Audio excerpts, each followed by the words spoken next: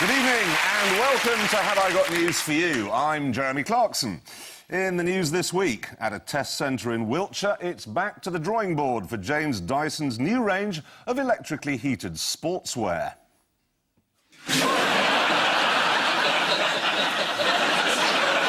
After attending this week's Downing Street party to mark our successful Olympics bid, Britain's gymnastic team take to the streets to celebrate.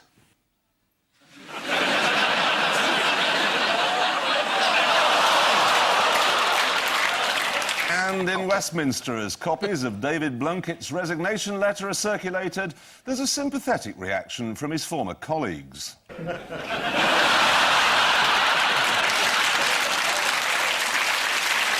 Ian Hislop tonight is a man who says life's too short to listen to celebrities talking about their sexuality, which has rather spoilt a special announcement I was going to make tonight. Please welcome Andy Hamilton.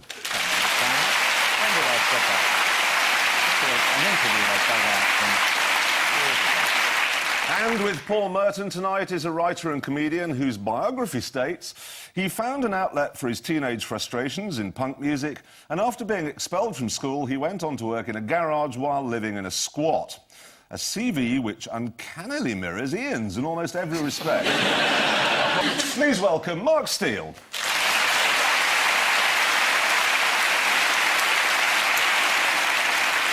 And unsurprisingly, we start with round one. Ian and Andy, take a look at this. Oh, it's him. I've done nothing wrong. That's why I'm resigning. The door's that way, mate. Turn the handle. Yeah, You don't mean it. He doesn't mean it. He does mean it. No. That's the ministerial code that says that you must seek out... Oh, dodgy businessmen. Oh, they're playing pat the shoulder. Yeah. What's interesting about that... Actually, can we just see that again? Pat on the shoulder for straw, nothing for Blunkett. This is David Blunkett's latest resignation.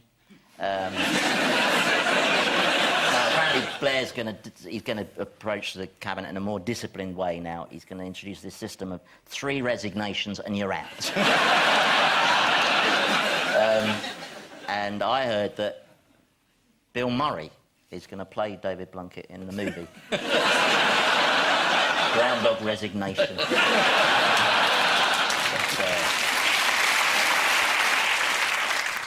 Well, it is an extraordinary piece of news, because someone's had to go after being caught.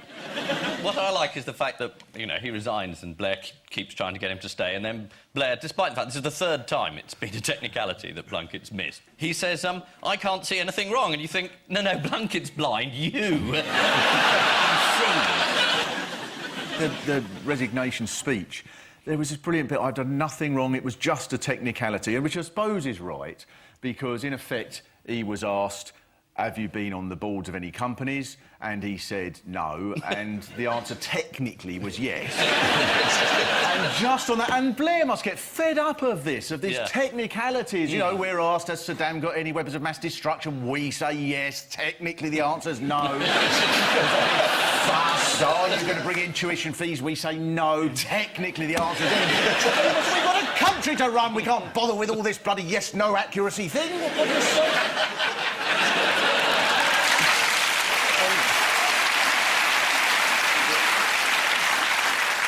Do you know who I blame? I blame the dog.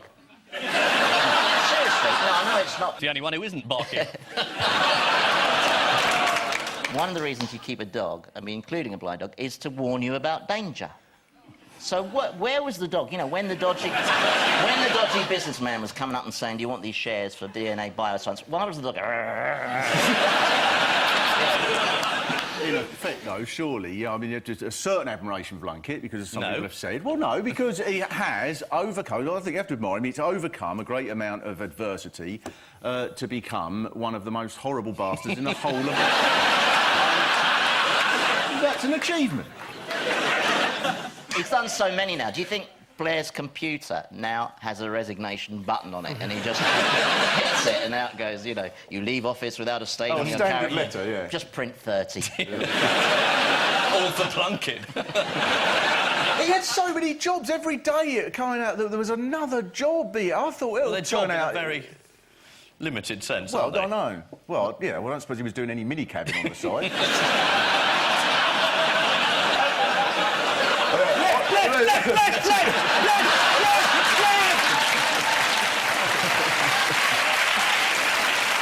Last night, Blunkett was having dinner with Rebecca Wade, wasn't he?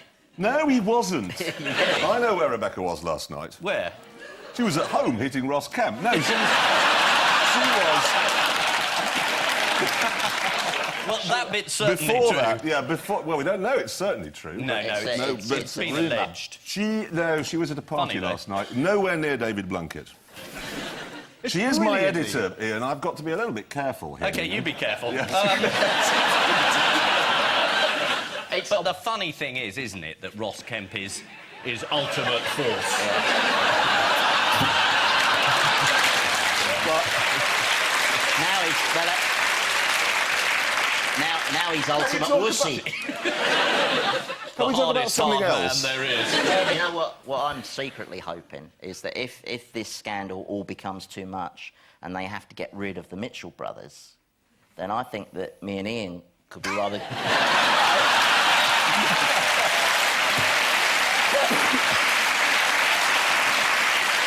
slightly middle-class Mitchell brothers. You know, Leave it out, will you? Yeah. Do you want some or not? That's my manner. I'll come round your house and rearrange your cushions if you're not careful. They've But given the me all... other one got... the East End actor, the bloke who plays his brother, also got attacked by somebody last night as well. Yeah, an ex-partner, apparently, Yeah. allegedly. Yeah. Leave it, he's family. What do you think the Sun headline's going to be? David Blunkett resigns. Not much news today, says Son. Unbelievable, we found a talking donkey in Madrid. Don't sack me, Rupert. Oh, well, it is David Blunkett's second cabinet resignation in under a year, making Peter Mandelson look like some kind of rank amateur. According to The Times, David Blunkett has risked his political integrity for a fatal second time. So, after the humiliation of leaving office again, all he has to look forward to is the bleak future of company directorships, overpaid book deals, newspaper columns, and in the post already, an invitation to host this show. With auto-cue. Yeah.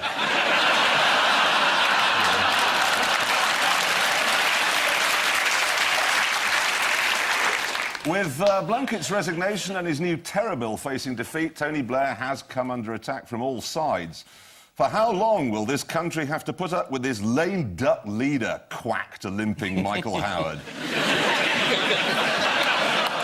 Paul and Mark, here's yours. This is obviously Prince Charles and Camilla on their ground brittle. She's... she's doing her best, isn't she? Bush meeting Charles, he must think, what a funny system they've got in Britain where a complete idiot can become head of state just because of who his parents are.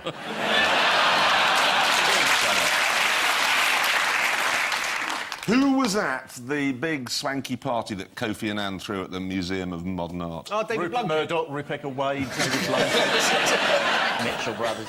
No. Canapé, mate. Getting into this ultimate Yeah. force. Would you like a vol au vent?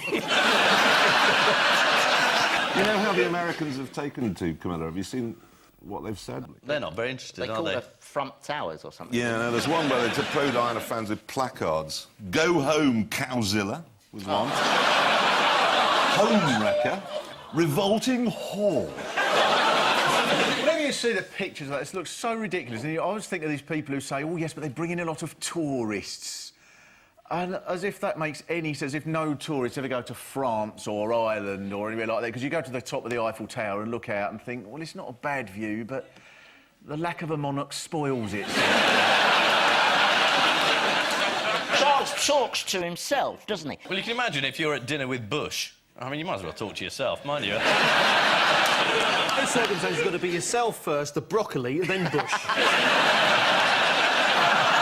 Who described Camilla this week as a bog-standard, upper-class, dog-loving ex-smoker? Is that what Charles replied to in the Contact magazine?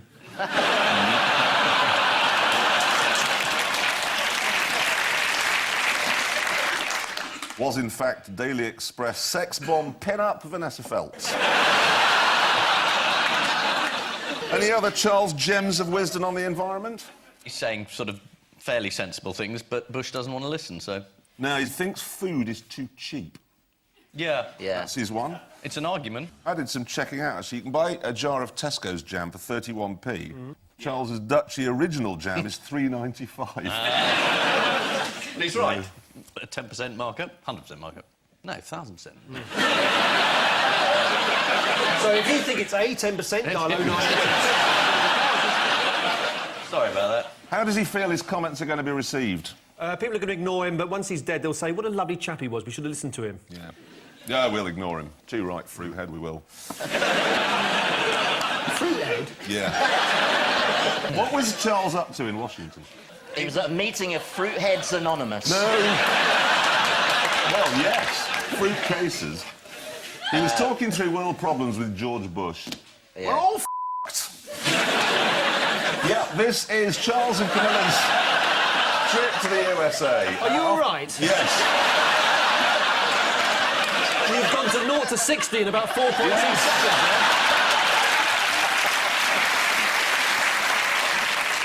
This is Charles and Camilla's trip to the USA. After visiting the devastation at Ground Zero, Charles took Camilla on a tour, which, according to the Times, included dinner with the Bushes at the White House, visits to disadvantaged people of Washington, and a brief look at the hurricane damage in New Orleans. Say what you like about Charles, he knows how to show a girl a good time. Included in the retinue is Camilla's personal makeup artist, or Ken the Plasterer, as he's known. Some of the US press have been scathing about the fact that Camilla is approaching 60. That's nothing. Diana was approaching 120 when she went into that tunnel.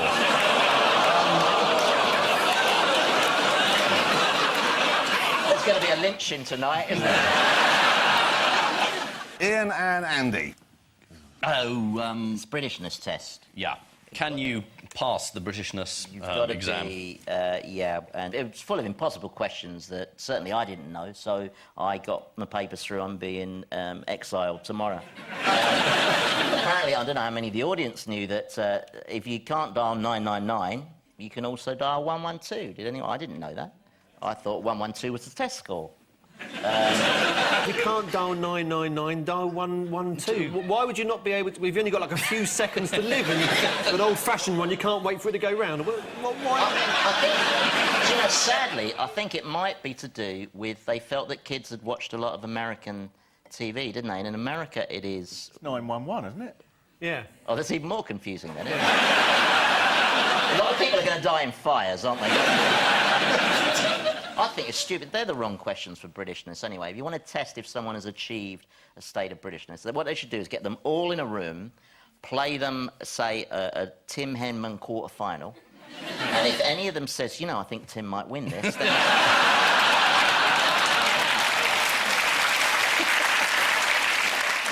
I like the question, what should you do if you spill a stranger's drink in a pub? Yeah. Run!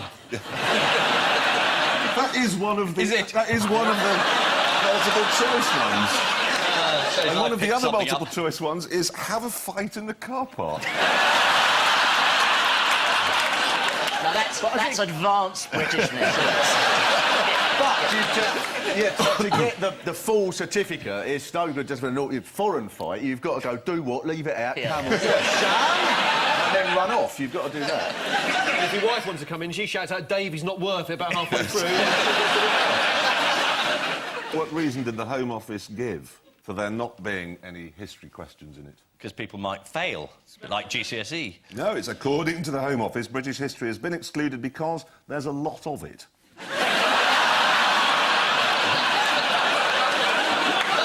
It's increasing by the hour.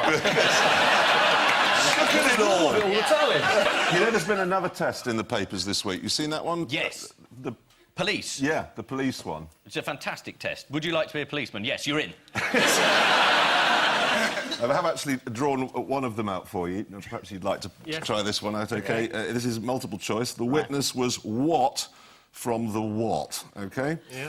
A, helpful from the beginning. Yeah. B, helpful from the beginning. C, helpful from the beginning. Or D, the witness was none of these. It is a spelling test, though, isn't Yeah, it? it's a spelling test, but they put none of these to try and trick the... What were some of the headlines on this story? Mirror had PC plodders, The Express had easy PC, and The Star went for the rather more straightforward cops are thickos. Yeah, this is the new law that forces applicants for citizenship to take an exam in Britishness. One multiple-choice question asks what's a Geordie accent and offers 4 alternatives, A, B, C or YI. Paul and Mark. Oh, this is affordable, cheap new housing. This is... The bike's worth more than the house. This is what you do when you're in the house. You have to move at an incredibly fast speed to take your mind off the fact that you're living in something no bigger than a shoebox. Then she's... hello.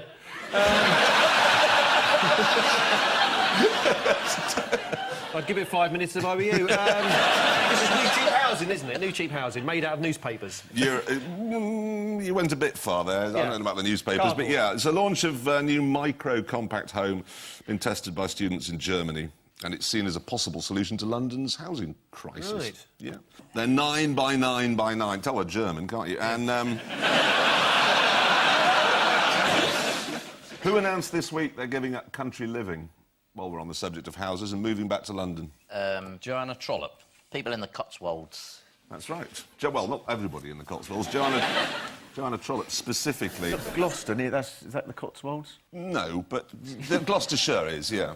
I was writing an article, I went to this thing, the Beaufort Hunt, and I spoke to this bloke, and if you sort of wrote it down as a joke, you'd think, no, that's too stereotypical, but this guy was the co-master of the Beaufort Hunt, and he said to me, do you know what I love about coming here to the hunt every week? I get to meet people from all walks of life. Doctors, lawyers, peers, everybody.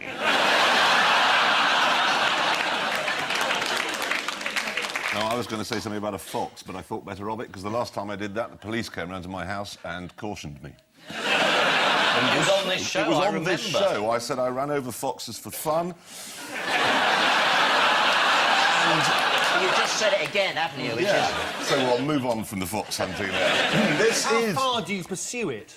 Once it's off the road... Quite a long way on one occasion, Really? yeah. Quite some... Well, it had eaten David Beckham, which is one of my chickens. So... Your chicken plays for England! Yes.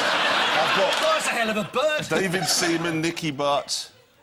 I did have Wayne Rooney, but the dog got him, so it's all her, because they're all hers, obviously. Right, OK. Except for Charlotte, who's the cockerel. Anyway. You wouldn't want to call a chicken Roy Keane, though, would you? Go around attacking all the other chickens. Who's Roy Keane? Ah, well, so you knew the England... He's quite a famous footballer. He didn't play for England, otherwise I'd have a chicken named after him. This was some time ago. Do they answer to their names? The chickens. No, I'm talking about the professional football. Oh, yes. I walked into that one. This is the cube-like micro house being tested by students in Munich. Here's a picture of the German-made house. Looks a bit like a bunker. I wonder where they got that idea from. Also this week, Joanna Trollope revealed she's quitting the countryside because it's become too gentrified.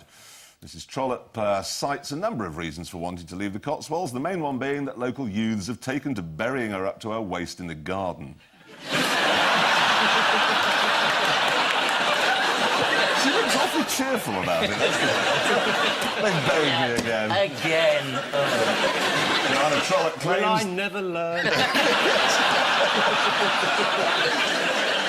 A tabloid headline for you now. Mating mice on song. Oh, yes, I saw this. It's a charming story. Mice sing to each other, they've discovered.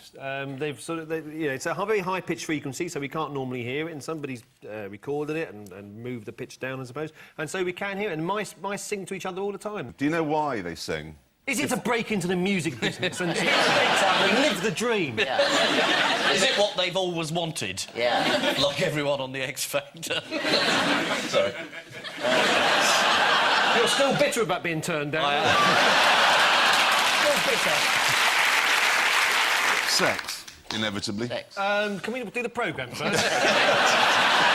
I know it's inevitable, but for God's sake, we'll postpone it till we've done the programme. They smell a woman's urine, and then A they woman's start urine or a singing. female mouse? A woman mouse. A woman It's mouse. Paula Radcliffe!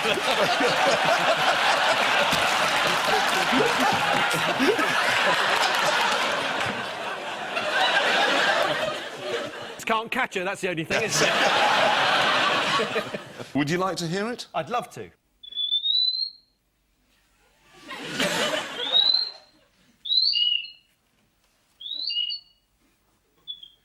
It's the clangers having a gangbang.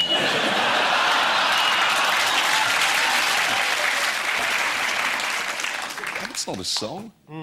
It's not even close to singing. Do you think the older mice would listen to that and go, oh, in my day you could hear all the squeaks? Yeah. But surely it'd be more disturbing if you discovered this and pulled a pitch down and then you heard them singing, "You've lost that love." That would be much worse.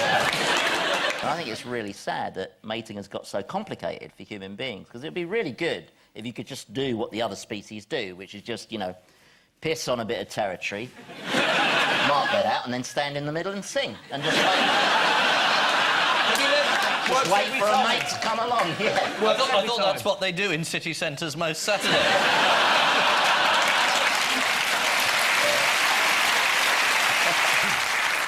Who sings the loudest songs on earth? Is it Wales? Geordies. Not Tina Turner, he's right, it's Wales. Yeah. Luck be a lady tonight. It's incredibly loud. She gets too hungry. And at the end of this round, it's Paul and Mark with 6, and Ian and Andy with 6.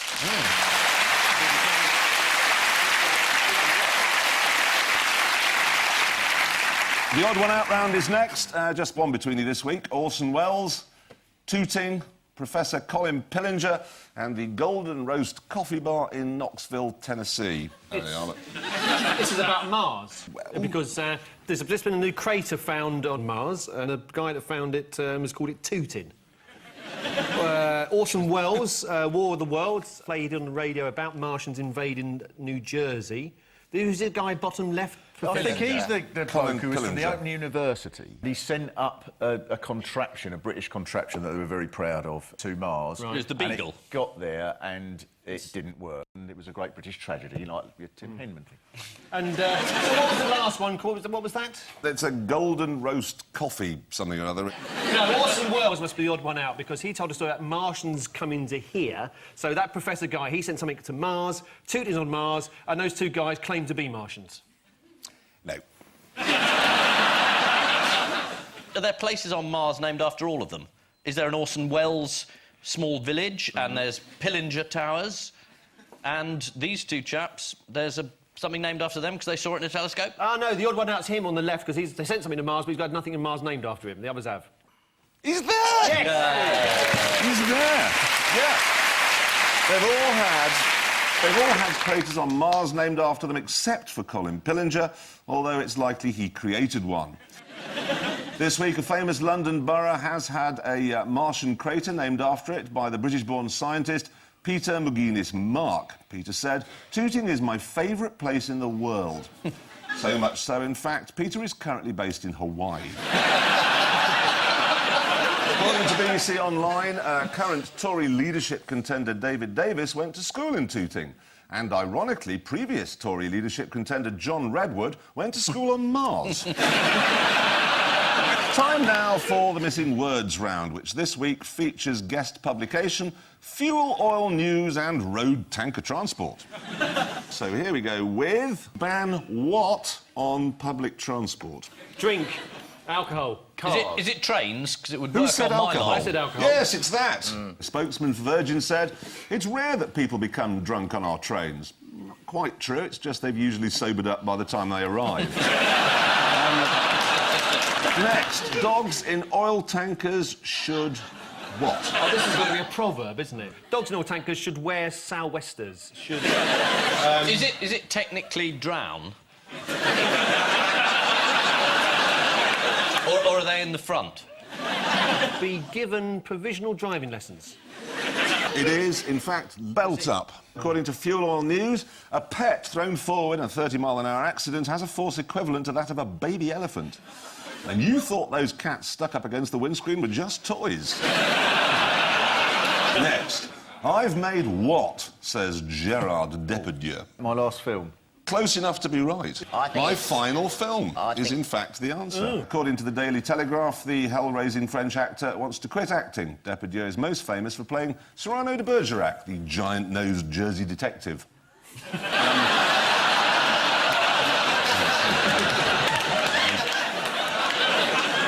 Next, scientists prove what makes you look slimmer. Oh, fuel tankers. Yeah, fuel tankers, yeah. Being run over by one, that would certainly be Trousers. I'm sorry, I don't know why I said trousers in that slightly aggressive way. There. It's because we're getting into your Ross Kemp role, that's Trousers. Jeremy. Yeah. I ask the questions. Yeah. Trousers, you slag. Not trousers with brown boots. Where's your etiquette? The answer is black.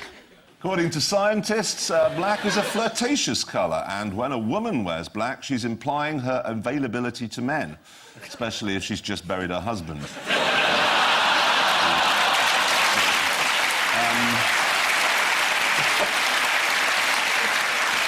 And that brings us to the end of the show. The final scores are as follows. Ian and Andy have 9, and Paul and Mark have 10. Well done.